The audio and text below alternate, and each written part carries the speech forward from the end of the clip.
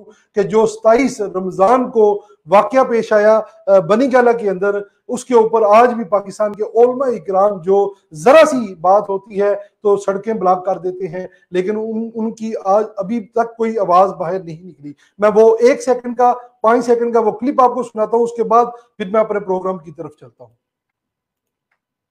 ملک کی قدر ہو جائے، ہمیں اس لیڈر کی قدر ہو جائے جس نے پوری قوم کو آزادی کی قدر کروا دی ہے، ہمیں اس دنیا میں آنے کا مقصد مل جائے، صحیح غلط کی تمیز سے آگاہی ہو جائے۔ اگر یہ رات مل جائے تو شب قدر نہ بھی ملی تو بھی ہماری جنریشنز، ہماری آنے والی نسلیں سمجھ جائیں گی۔ لا حول ولا قوت لا حول ولا قوت۔ ناظرین، افسوس کی بات یہ ہے کہ اس محفل کے اندر مولانا طارق جمیل صاحب نے شب قدر کے اوپر 1 گھنٹہ لیکچر دیا، ایک ایک فضیلت بیان کی، ایک ایک شب قدر کے اوپر 1 گھنٹے لیکچر میں ایک ایک ذرا سی برابر جو ہے وہ فضیلت بیان کی۔ لیکن افسوس کہ اس خبیث انسان نے جو نجم شراز ہے گلوکار، اس نے جو بات کی ہے کہ اگر ہمیں عمران خان کی قدر ہو جائے تو ہمیں وہ شب قدر کی بھی ضرورت نہیں ہے۔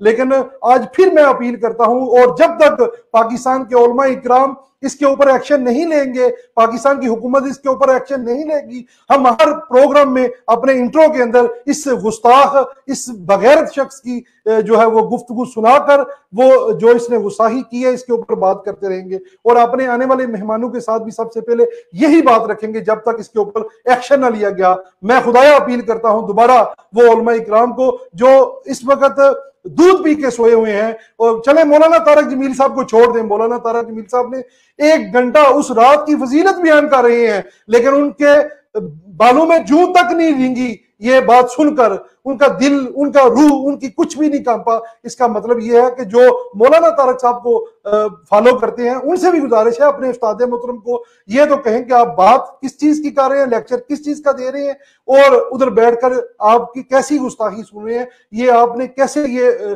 قبول کر لی وہاں سن کر یہ سارا تماشا۔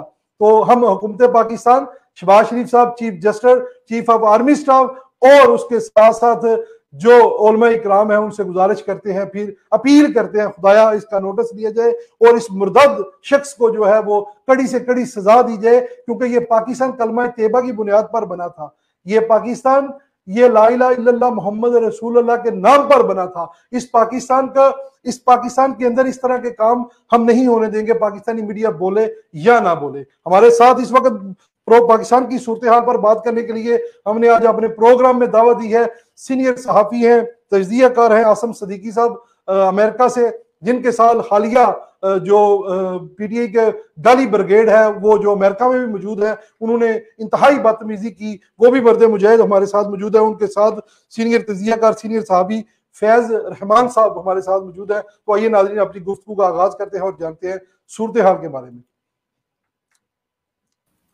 السلام علیکم سر۔ وعلیکم السلام۔ وعلیکم السلام۔ ویلکم ٹو شو سر، آپ کا بہت شکریہ، آپ نے اپنا قیمتی وقت دیا۔ عاصم صاحب آپ کا بھی شکریہ سر۔ جی تھینک یو، بہت بہت شکریہ آپ کا جناب۔ آج ماشاءاللہ آپ بھی ہوسٹ بھی ہیں، تجزیہ کار بھی ہیں، میں تو کہتا ہوں کہ پروگرام جو ہے مل جل کر لیتے ہیں، مجھے آپ سینئر بھی ہیں ماشاءاللہ۔ برحال چلیں گے اپنے سوالات کی طرف چلتے ہیں۔ فیض صاحب جو ہیں وہ بہت زیادہ سینئر ہیں، اور میرا خیال ہے کہ پاکستان پہ جو ہے، پاکستان کی سیاست پہ ان سے زیادہ کسی کو ایکسپیرینس نہیں ہے اب تک ماشاءاللہ۔ بہت چلیں یہ ہمارے لیے یہ اعزاز کی بات ہے۔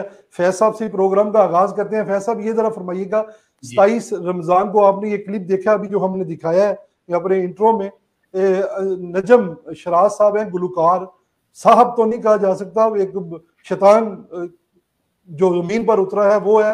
لیلۃ القدر کی رات تھی سر، عمران خان صاحب نے دعا کا فنکشن رکھا ہوا تھا بنی گالہ میں، مولانا طارق جمیل صاحب نے 1 گھنٹہ اس کی فضیلت بیان کی، لیکن اس شخص نے یہ کہا کہ اگر عمران خان کی ہمیں قدر ہو جائے تو ہمیں اس لیلۃ القدر کی شب قدر کی رات کی بھی ضرورت نہیں ہے۔ تو سر اس کی گستاخی پر کیا کہیں گے آپ؟ دیکھیے، سب سے پہلے تو بہت بہت شکریہ شہزاد صاحب، آپ نے اپنے ایک پاپولر پروگرام، ایک معتبر پروگرام پر مجھے مدعو کیا، عزت افزائی کی، بہت بہت شکریہ۔ اور عاصم صدیقی ہمارے بہت اچھے دوست ہیں واشنگٹن میں، ان کا بھی بہت شکریہ کہ ان کے توسط سے آپ سے رابطہ ہوا۔